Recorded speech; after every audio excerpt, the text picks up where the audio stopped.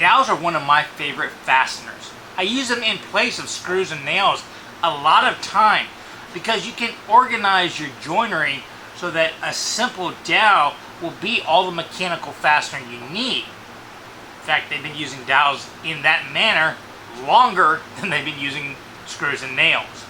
But today we have a bit of a problem because our dowels aren't like they were in the past. So today we'll discuss.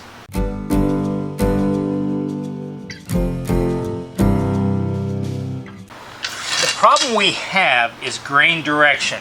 Yeah, isn't that the issue in most of our woodworking? You see, manufacturers of dowels nowadays just don't really care what the grain direction is doing.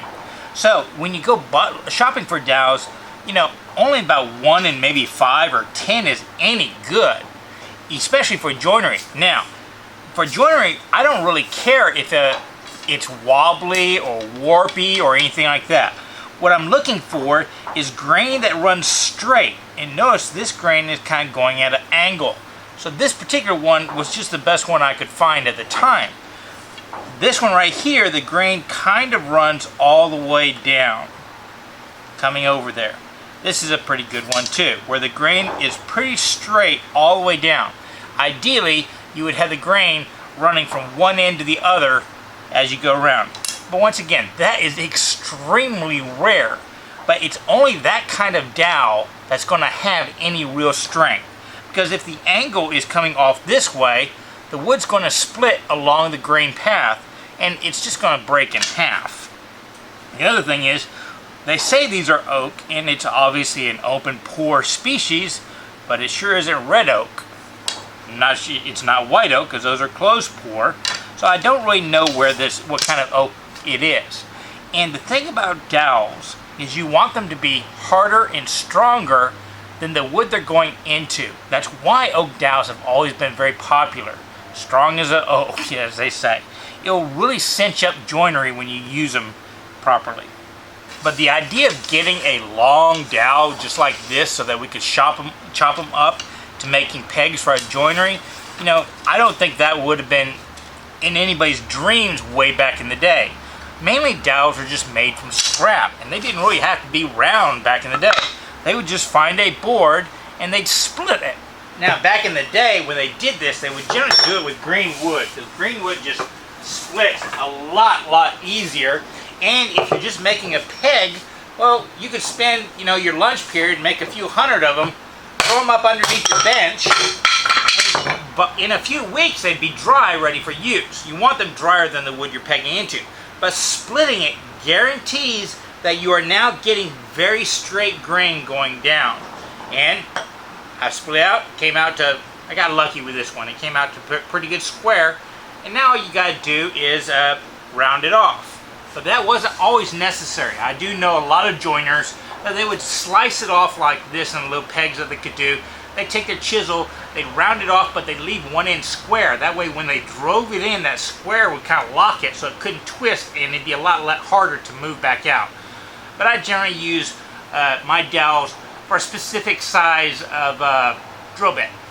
So my goal is just to round over the end just enough so that it will slide in my little jig for making these pegs.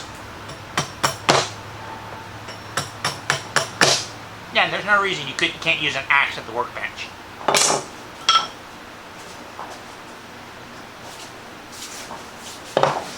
So the idea is you keep whittling it down until it will fit in that main top hole.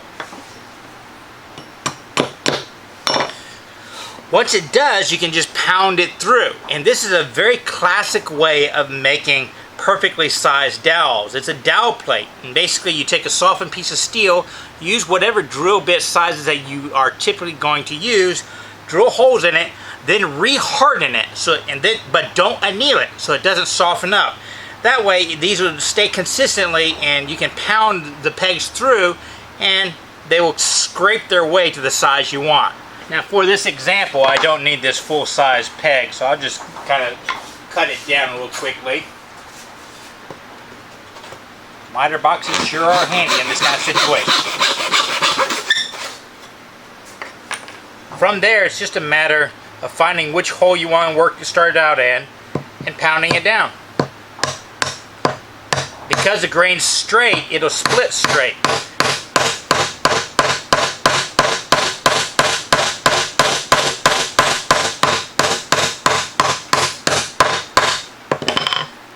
And just keep working your way down. You'll get rounder and rounder and rounder each go through.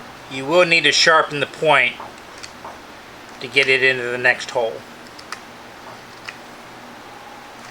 But that's not that big a deal because you're going to have to sharpen it anyways when you're driving it into a joint.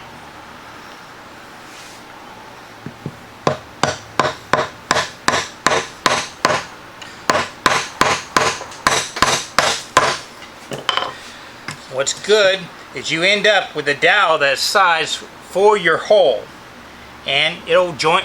And what's even best is the grain is going to be straight. So this is pretty much one of the ugliest dowels you'll use. It's not nice and sanded and crispy like here, but function wise it will work a lot better.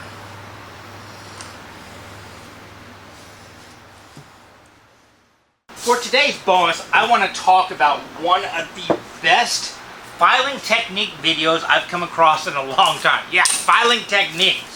But before we get there, if you've liked this video, please do me a favor. Like, favorite, subscribe, do all those social medias. Visit my website, wortheffort.com, where I sell a lot of my own woodworking, shop-made tools, and swag such as this.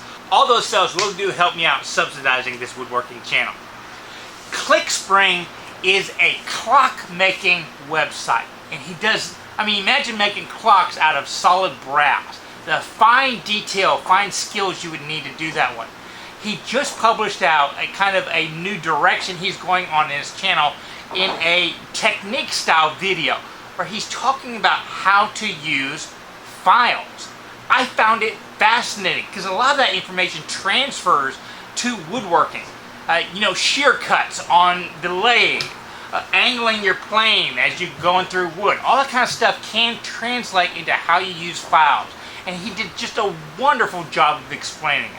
I'll put a link down below to the specific video I liked, but it's Clickspring. And if you're a clockmaker, you're interested in that kind of stuff, he's a great channel to follow.